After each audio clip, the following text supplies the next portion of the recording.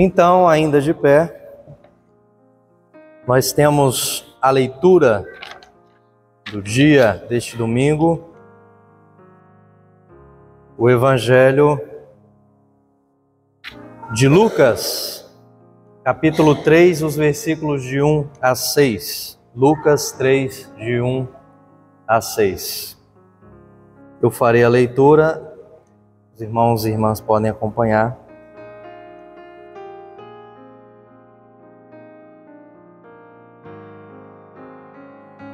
Fazia 15 anos que Tibério era imperador romano. Nesse tempo, Pôncio Pilatos era o governador da Judéia. Herodes governava a Galileia. Seu irmão Filipe governava a região da Itureia e Traconides. E Lisânias era o governador de Abilene. E Anás e Caifás eram os grandes sacerdotes. Foi neste tempo que a mensagem de Deus foi dada no deserto a João, filho de Zacarias. E João atravessou toda a região do Rio Jordão, anunciando esta mensagem: arrependam-se dos seus pecados e sejam batizados, que Deus perdoará vocês. Isso aconteceu como o profeta Isaías tinha escrito no seu livro: alguém está gritando no deserto, preparem o caminho para o Senhor passar. Abram estradas retas para Ele. Todos os vales serão aterrados e todos os morros e montes serão aplanados.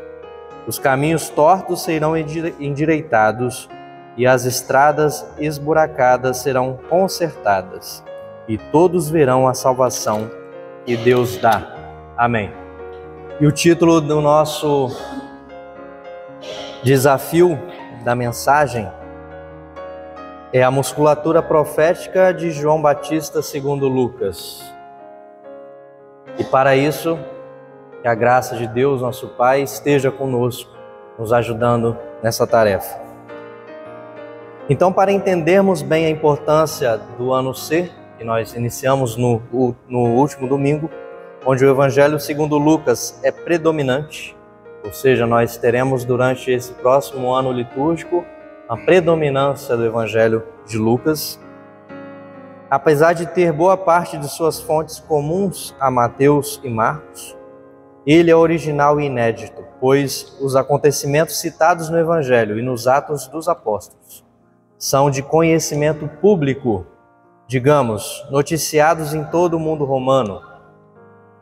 Então é interessante que nós estamos lidando com um evangelho que é talvez o material mais bem divulgado para a época. Isso nos ajuda a entender algumas questões que estão no nosso texto. Para esse texto de hoje, vamos pontuar alguns elementos que são bem característicos de Lucas, para assim mergulharmos na mensagem de Deus que perpassa o João Batista de Lucas. Mas antes eu quero convidar vocês a perceberem algo. Nosso texto fala sobre tampar os buracos das estradas esburacadas. Isso tem um significado importante também quando a gente faz uma avaliação política, que ela também está presente no texto. Como os governantes, e não os profetas, como os governantes lidam com os nossos caminhos ou com as nossas estradas, e como que isso implica na nossa vida. Então, endireitar os caminhos, aplainar para a chegada de um rei, também é algo para nós. Não é só uma tarefa para receber alguém importante, mas também uma tarefa para nós sermos recebidos. Porque a gente não quer ter um caminho plano, acessível, apenas para a chegada de um rei. E Jesus também nunca pediu que o caminho só para ele fosse plano. Não faz sentido que o caminho seja plano apenas para Jesus, porque ele quer partilhar disso conosco. Então a ideia é que esses caminhos e morros que são aplainados, eles sejam para todos. Sejam para todos. Então a vinda de Jesus ajuda as pessoas a aplainarem, a endireitarem os caminhos da coletividade, e não apenas para a espera de uma pessoa ilustre.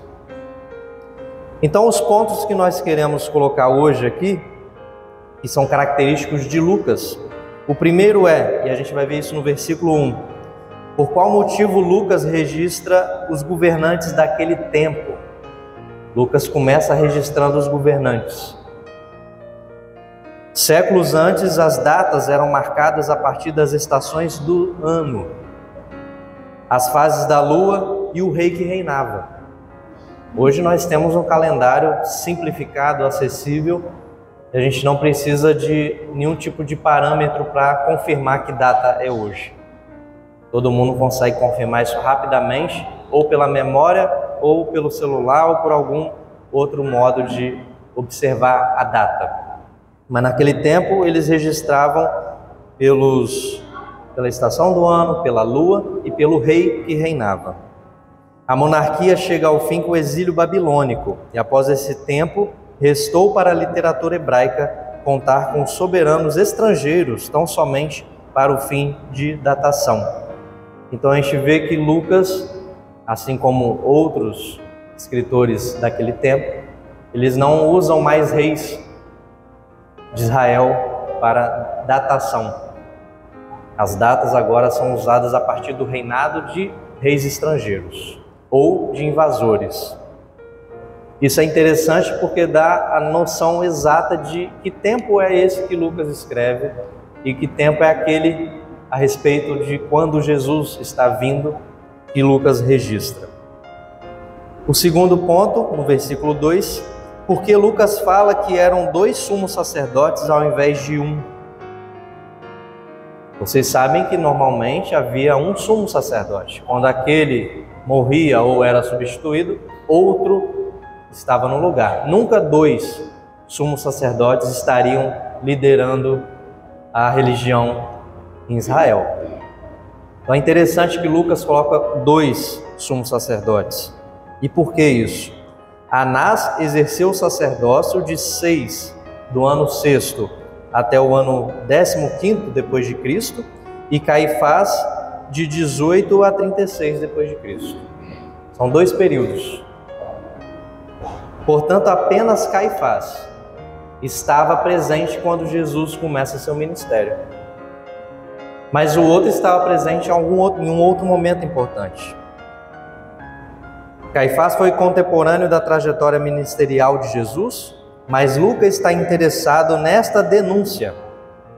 Ao relacionar estes 2 sumos sacerdotes, ele quer falar de uma importante escola sacerdotal. E aqui a gente está falando então de uma política também, uma escola que faz escolhas a respeito daquilo que ela ensina. Uma escola presbiteriana, de alguma forma, vai ensinar sobre aspectos do presbiterianismo para os seus alunos, mesmo que não sejam presbiterianos. Uma escola católica vai ensinar aspectos do catolicismo e assim por diante. Essa escola de Anás e Caifás, ela tem um direcionamento. E por isso, até mesmo Anás, que não é contemporâneo de Jesus, ele está presente na citação de Lucas. Então é uma escola sacerdotal formadora das principais lideranças religiosas da época.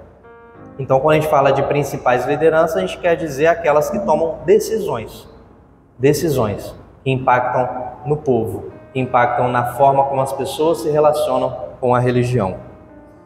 Foi esta escola que perseguiu e entregou Jesus para ser preso e morto como criminoso pelas mãos dos romanos.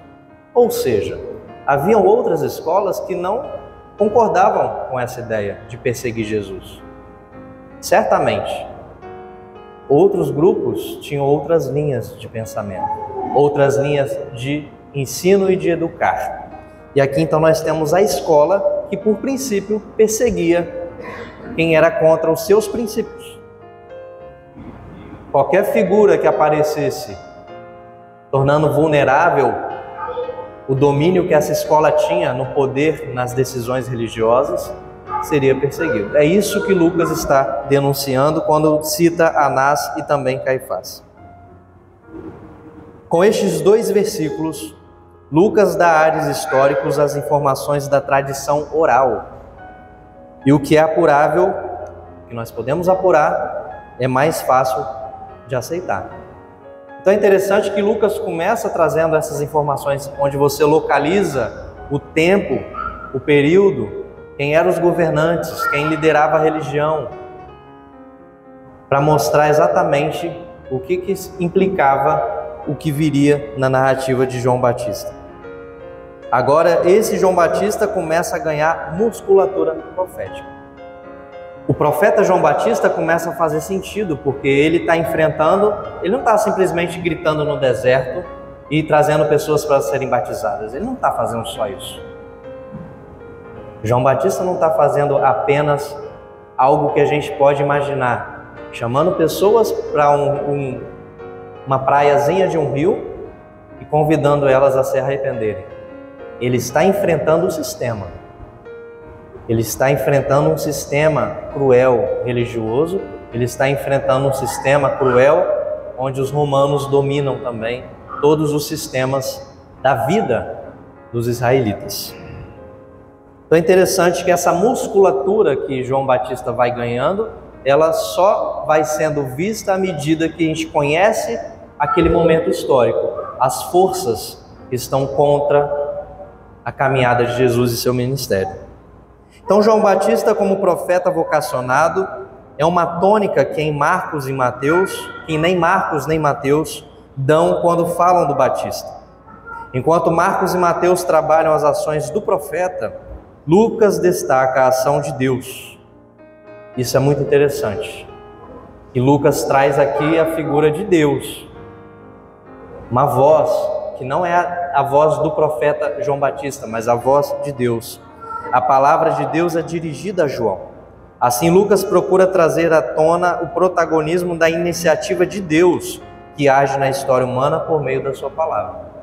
Então é interessante como João Batista, no meio popular, convidando as pessoas a uma conversão prática, realista, onde as pessoas largam a ideia de uma conquista, de uma luta armada, para uma revolução pela paz, que é aquilo que Jesus vai ministrar.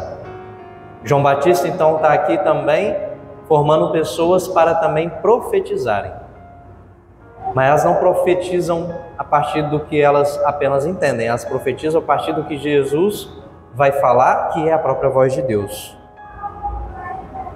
João Batista é importante como profeta que prepara o caminho para a palavra de Deus, pois é a mensagem que provém de Deus, que tem efeitos na história. A palavra de Deus tem efeitos na história. E você pode analisar isso na sua própria história. Quando a palavra de Deus, de alguma forma, surtiu efeito e transformou algum caminho seu que não ia bem. Quando a palavra de Deus, de alguma forma, te freou para que aquilo que você planejava não lhe levasse a um resultado que não seria bom. Quando a palavra de Deus te deu noção de que o caminho que você precisa seguir é um caminho onde você assume o enfrentamento daquilo que é injusto na nossa vida, na nossa sociedade. Não devemos esperar o mar se abrir, nem dilúvios, pois isso o ser humano tem conseguido gerar a partir da sua desobediência insana. Logo nós veremos as nossas retrospectivas do ano de 2024 e vale lembrar que por volta de maio e junho, o sul do país estava literalmente debaixo d'água. Então a gente não precisa de mar abrindo, a gente não precisa de dilúvios, a gente não precisa de nada disso. Basta olhar para a nossa realidade. E a gente vai encontrar o nosso agir maligno e nós vamos encontrar também o agir de Deus na história. Porque muitas vidas foram salvas, não só de seres humanos, mas de animais. Mesmo em disputas para ver quem que apareceria melhor naquele tipo de salvamento. Alguns salvamentos eram para promoção de políticos ou promoção de influenciadores digitais. Pessoas que queriam se promover às custas do drama dos outros. Então o aquecimento global é a nossa escolha insana, que já nos revela, né, o tamanho do nosso desafio. Neste contexto, o machado já está posto à raiz das árvores. 2 versículos à frente, 3 versículos à frente, Lucas já vai colocar essas palavras para nós. O machado já está posto à raiz das árvores. Significa que quando a gente olha para as nossas tragédias, a gente percebe que nós estamos no nosso próprio julgamento, né? O nosso julgamento já vem com uma pena, uma penalidade. Tudo que a gente sofre pelas escolhas erradas que a gente faz, já faz parte de um pré-julgamento. Né? Nós mesmos estamos nos colocando na condição de pessoas já julgadas ou em processo de julgamento. Isto é, a palavra de Deus está pronta a estabelecer a nova ordem agradável a Deus. E não importa o tamanho do demônio, que pode ser grande como o império, a palavra tem poder para expulsar sem violência. Esse é o ponto fundamental do texto de Lucas e do Evangelho quando trata de um enfrentamento do sistema. Porque nós às vezes temos a tendência de nos inflamarmos. E o desafio de não nos armarmos, ele é muito grande, muito difícil. Principalmente quando a gente enfrenta grandes impérios. Então existe esse desafio de expulsar demônios sem violência. Esse texto está em Lucas 4, 31 a 37, uma narrativa onde Jesus vai expulsar sem violentar. Mas o que nos faz perceber essa ação de Deus, ainda que através de João ou outro que prega a vinda do Salvador no mundo, o que nos faz perceber essa ação de Deus? Transforma os caminhos através de João ou de outra pessoa que prega a vinda do Salvador do mundo. E quando a gente está nesse período de Natal e procurando símbolos como a árvore seca, como a coroa, procurando formas de trazer, de resgatar a nossa proximidade com esse acontecimento que é o nascimento de Jesus, como que a gente identifica e percebe a ação de Deus? Se é na árvore seca, a gente pode perceber quando ela nos convida para a reflexão. Mas se a gente só faz de forma simbólica, tudo morre ali. Quais árvores secas nós encontramos e identificamos na nossa vida, na nossa sociedade, que está precisando de ser regada, bem cuidada, para que ela volte a ter folhas, para que volte a ter flores, para que volte a dar frutos? Porque o machado está no pé da árvore. Não é Deus que está colocando esse machado, somos nós. Então essa reflexão que o texto chama, a partir de um João Batista que está não só chamando as pessoas a uma conversão de consciência, mas também está enfrentando o sistema, isso é uma grande disposição que uma pessoa assume. Quantos de nós se disponibiliza, se dispõe a fazer algo para que mude a realidade? Pois a palavra de Deus faz nascer uma história de salvação quando os homens se deixam capturar por ela, a ouvem, a amam, a obedecem. Não é algo que se possa ver ou tocar, é a fé na palavra de Deus. A fé que move a gente a fazer algo que faça diferença. Concluindo, é o que sai da boca de João Batista que antes lhe deu força, musculatura. É o que sai da boca de João Batista. É o que sai da boca E o que é que sai da boca do Batista? A mensagem de Deus. E como ele ganhou musculatura profética? Exatamente deixando-se capturar pela palavra de Deus, pela voz de Deus, que é a voz profética na boca de João. Quantas vezes nós nos deixamos capturar pela palavra de Deus e assumimos essa voz profética e colocamos isso para fora? Fazemos essa voz ressoar, dar sentido. A ação de Deus se dá por meio de sua palavra mediada por um homem ou uma mulher gritando no deserto. Gritando no deserto. E o deserto, onde a gente grita, é onde Deus também dá a sua palavra, é o mesmo lugar. O mesmo deserto, onde a gente grita, para que as pessoas ouçam, é onde Deus dá a sua mensagem, a sua palavra. Então Deus, ao mesmo tempo que a gente grita, acreditando que essa é a palavra de Deus, nós estamos em comunhão com Deus, a uma só voz, dizendo a sua palavra. É isso que João Batista fazia no deserto, onde ele ouvia a mensagem de Deus, onde ele também proclamava a mensagem de Deus. E isso diante de um império, diante de lideranças políticas, diante de lideranças religiosas. Quem dentre nós tem a coragem de João Batista? Quem dentre nós está de fato preparando o caminho para o Cristo? Jesus não vai voltar enquanto nós estivermos em guerra, enquanto nós estivermos estradas inacessíveis. Jesus só vai voltar quando as coisas estiverem bem. Porque a tarefa é nossa. João Batista tentou fazer isso, mostrar, a tarefa é nossa. Jesus veio mostrar, a tarefa é nossa. Humanizar a humanidade é uma tarefa dos seres humanos. Com um Espírito que nos apoia, com Deus que age entre nós, mas é uma tarefa nossa. Então a ação de Deus se dá por meio da sua palavra, mediada por um homem ou uma mulher gritando no deserto. Deus já deu a sua mensagem. Você já se deixou capturar por ela? Amém.